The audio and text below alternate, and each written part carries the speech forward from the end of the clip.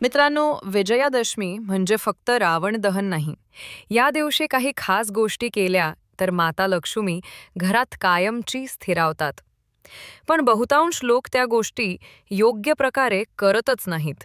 काय आहे ती योग्य पद्धत आणि कोणत्या चुका टाळाव्यात हे मी तुम्हाला सांगणारच आहे. पण आधी विजयादशमीचं खरं महत्त्व समजून घेऊया. दसरा हा दिवस आहे विजयाचा. श्रीरामांनी या दिवशी रावणाचा पराभव केला. देवी दुर्गेने महिषासुरावर विजय मिळवला. म्हणून या दिवशी सुरू केलेलं काम नेहमी यशस्वी होतं असं मानलं जातं. आता तुम्ही म्हणाल, ठीक आहे, पण आपण नेमकं काय करायचं? थांबा थोडं. त्याआधी एक छोटीशी गोष्ट सांगतो.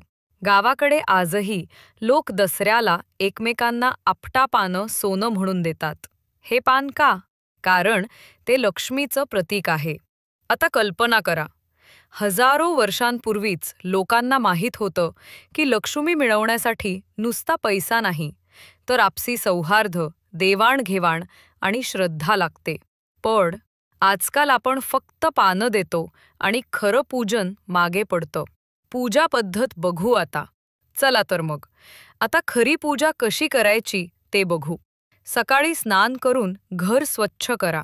पाटावर लाल कपडा अंथरून श्रीगणेश, लक्ष्मी माता आणि आपली साधनं जसं की पेन, वह्या, गाडीची चावी, कामाची टूल्स ठेवा.